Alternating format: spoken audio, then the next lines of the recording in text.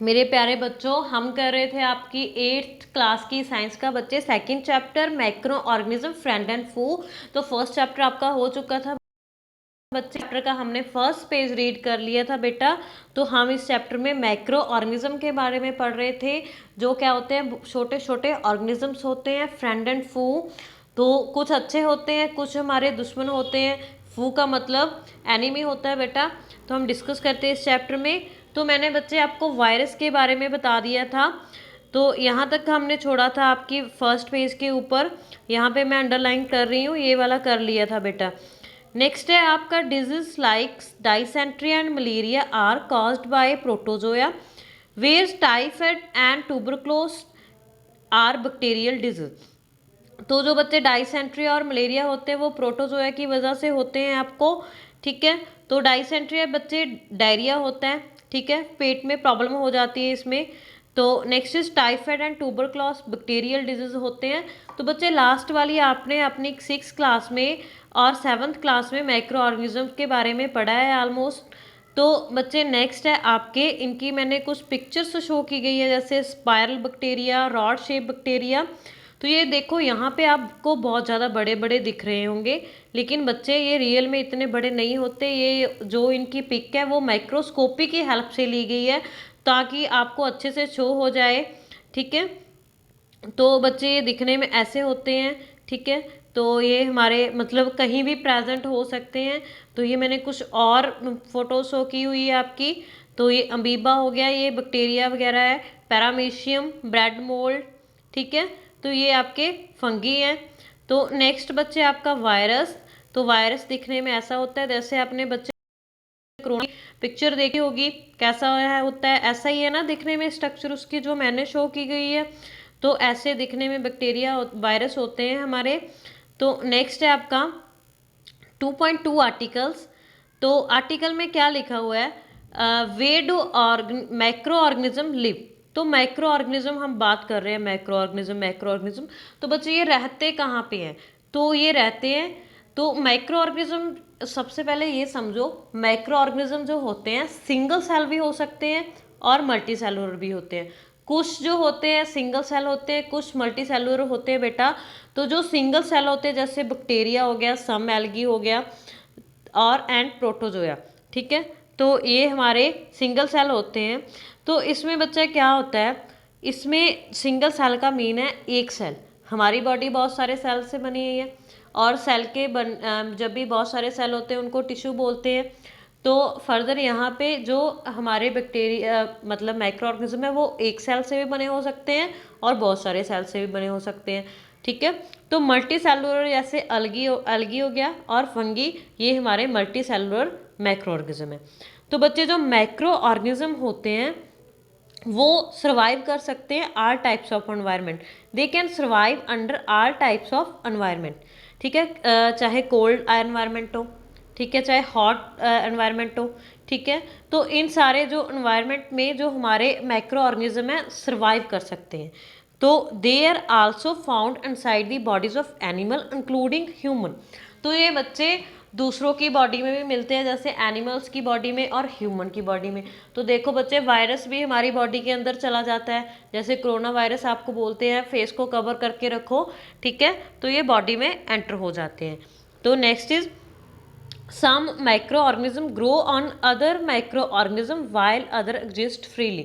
तो कुछ जो माइक्रो ऑर्गेनिज्म होते हैं दूसरे माइक्रो ऑर्गेनिज्म के अंदर ग्रो करते हैं, कुछ क्या होते हैं फ्रीली एग्जिस्ट कर जाते हैं। Next is micro organisms like amoeba. जो अमीबा होता है बेटा वो अकेला रहता है, लिव अलोन, ठीक है। Wild fungi and bacteria may live in clones, ठीक है, ये बच्चे क्लोन्स में रहते हैं। Next is microorganism and us. तो अभी 2.3 आर्टिकल में देखो माइक्रो ऑर्गेनिज्म और हम, तो इसका क्या मतलब है, माइक्रो ऑर्गेनिज्म जो होते हैं हमारी लाइफ में, ठीक है, मेन रोल प्ले करते हैं, ठीक है। क्या बोलोगे, micro organism play an important role in our lives. Some of them are benefits in many ways, some of them are gives benefits in many ways, where some others are harmful and cause disease। Let us study about them in detail। तो बच्चे हम इनके बारे में detail में study करते हैं। कुछ जो माइक्रो ऑर्गेनिज्म होते हैं हमारे लिए अच्छे होते हैं, कुछ हमारे लिए नहीं अच्छे होते हैं। तो चैप्टर के स्टार्टिंग में ही मैंने बताया था आपको फ्रेंड एंड फू के बारे में, तो उसका मतलब बच्चे यही था, कुछ हमारे माइक्रो ऑर्गेनिज्म फ्रेंड है और कुछ हमारे दुश्मन है। तो अभी डिस्कस करते हैं, तो फ्रेंडली माइक्रो ऑर्गेनिज्म कौन से हैं और कैसे हमारी लाइफ में वो होते हैं। तो ये देखो क्या लिखा हुआ है, friendly micro organisms are used for various purpose. तो जो माइक्रो ऑर्गेनिज्म होते हैं उनको बहुत सारे पर्पस के लिए यूज़ किया जाता है। जैसे बच्चे they are use in the preparation of curd, bread and cake. तो इनका यूज़ किया जाता है ब्रेड बनाने के लिए, केक बनाने के लिए। ब्रेड केक हमें टेस्टी लगते हैं, तो हमारे वो क्या हो गए, यूज़फुल हो गए, यूज़फुल माइक्रो ऑर्गेनिज्म हो गए। माइक्रो ऑर्गेनिज्म का यूज़ किया जाता है प्रोडक्शन ऑफ अल्कोहल, ठीक है। तो प्रोडक्शन ऑफ अल्कोहल के लिए भी इनका यूज़ किया जाता है, बहुत समय पहले से किया जा रहा है ये। तो next is there are also use in cleaning up the environment. कुछ जो माइक्रो ऑर्गेनिज्म होते हैं वो हमारे एनवायरनमेंट को क्लीन बनाते हैं, ठीक है। जो हमारा पोल्यूशन होता है एनवायरनमेंट में उसको ख़त्म कर देते हैं। Next is they are also use in cleaning up the of the environment. For example the organism waste, vegetable peels, remains of animal are broken down into harmless and usable substance by bacteria। तो बच्चे क्या करते हैं, जो ये हमारे पास vegetable peels होते हैं, एनिमल वेस्टेज होती है, तो उनको ये ब्रोक डाउन कर देते हैं और यूजेबल सब्सटेंस बना देते हैं with the help of bacteria से। तो recall that bacteria are also used in the preparation of medicine. तो इनका यूज़ किया जाता है बच्चे मेडिसिन बनाने के लिए, ठीक है। In agriculture they are use to increase the soil fertility by fixing nitrogen. तो जब भी जो इसके मतलब इनकी हेल्प से, एनिमल वेस्टेज की हेल्प से बेटा हम क्या प्रिपेयर करते हैं, हमने पढ़ा था आपके फर्स्ट चैप्टर में मनोर एंड फर्टाइल के बारे में, फर्टिलिटी। तो ये फर्टाइल टर्म पढ़ी थी ना।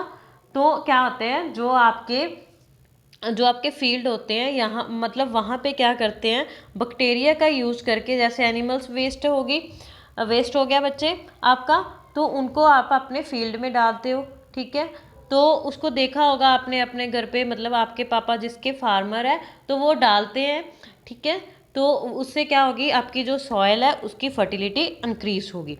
नेक्स्ट इज, तो कैसे यूज़ करते हैं हम इनके, हमारे जो माइक्रो ऑर्गेनिज्म है। तो दिया हुआ है making of curd and bread. जब ये कर्ड और ब्रेड बनाना चाहते हो, तो आपने प्रीवियस क्लास में पढ़ा होगा, 7th में बच्चे आपने एक चैप्टर पढ़ा है फिजिकल एंड केमिकल चेंजेस। तो उसमें आप देखा है कर्ड टर्न हो रही है, मिल्क टर्न हो रहा है कर्ड में। तो वो आपने पढ़ा होगा बेटा, बैक्टीरिया की हेल्प से हो रहा है। तो देखो एक पहेली क्या सोच रही है, आई सा that my mother added to a little curd to warm milk to set curd for the next day, I wonder why। तो वो सोच रही है उसकी मम्मी ने कर्ड मिल्क को गर्म किया, उसमें थोड़ी सी कर्ड को मिलाया, लेकिन नेक्स्ट डे वो देखती है वो पूरा मिल के कर्ड बन गया। तो वो सोचती है ये कैसे हो गया बेटा। तो क्या होती है, curd contain survival micro organism. तो कर्ड में छोटे छोटे माइक्रो ऑर्गेनिजम्स होते हैं।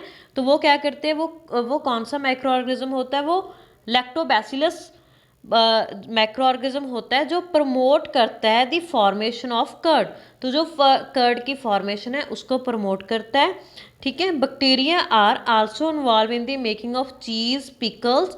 तो बच्चे इसका बैक्टीरिया जो होते हैं उनका यूज़ किया जाता है चीज़ बनाने के लिए, पिकल्स बनाने के लिए, और बहुत सारे हमारे फूड आइटम इसकी हेल्प से बनते हैं बच्चे, यहाँ पे लिखा हुआ है आपकी बुक पे।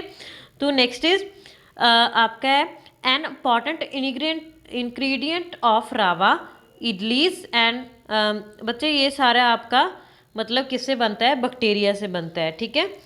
तो नेक्स्ट है आपका 2.3 एक्टिविटी है बेटा। तो इसमें क्या लिखा हुआ है, आपने क्या करना है, टेक 1/2 मतलब ½ kg ऑफ फ्लोर लेना है, आपने आटा लेना है, फ्लोर बोल सकते हो। ऐड सम शुगर, तो उसमें थोड़ा सा शुगर मिक्स करोगे, वार्म वाटर मिक्स करोगे, add a small amount of yeast powder. तो जीस्ट का पाउडर मिक्स करोगे and need to make a soft dough. तो उसका सॉफ्ट डो बनाओगे। What do you observe after 2 hours। तो आप 2 आवर्स बाद क्या ऑब्जर्व करोगे, did you find the dough rising, तो आप क्या देखोगे, जो आपका डो है वो थोड़ा सा राइस हुआ पड़ा है, मतलब ऊपर की तरफ हो गया। ठीक है, ये कैसे हुआ बेटा, ये देखो एक डायग्राम भी शो की गई है, यहाँ पे हमने मैदा मिक्स किया विद यीस्ट पाउडर और राइस्ड मैदा। तो क्या बोलोगे इसको, yeast reproduce rapidly and produces carbon dioxide during respiration. तो जीस्ट ने कार्बन डाइऑक्साइड को प्रोड्यूस किया, जब भी उसमें रेस्पिरेशन हुई तो उसमें बबल्स फिल हो गए, bubbles of the gas fill the dough and increase its volume. तो उसमें बबल्स फिल हो रहे हैं, कार्बन डाइऑक्साइड आ रही है, तो उसकी वजह से वो फ्लफी हो गया थोड़ा सा। ठीक है, तो फ्लफी होने की वजह से उसकी वॉल्यूम क्या होगी, इंक्रीज होगी। This is the basis of the use of yeast in the baking industry for making bread, pastries and cakes. तो इसका बच्चे यूज़ किया जाता है ब्रेड इंडस्ट्री में, मेकिंग ऑफ केक के लिए, पेस्ट्रीज बनाने के लिए, तो इसका यूज़ किया जाता है। तो बच्चे फ़िलहाल आप इतना करना, अगर यहाँ तक कोई प्रॉब्लम है तो पूछ सकते हो बच्चा। तो नेक्स्ट हम आपका स्टार्ट करेंगे, ठीक है, नेक्स्ट वाली आपकी क्लास में। Thank you.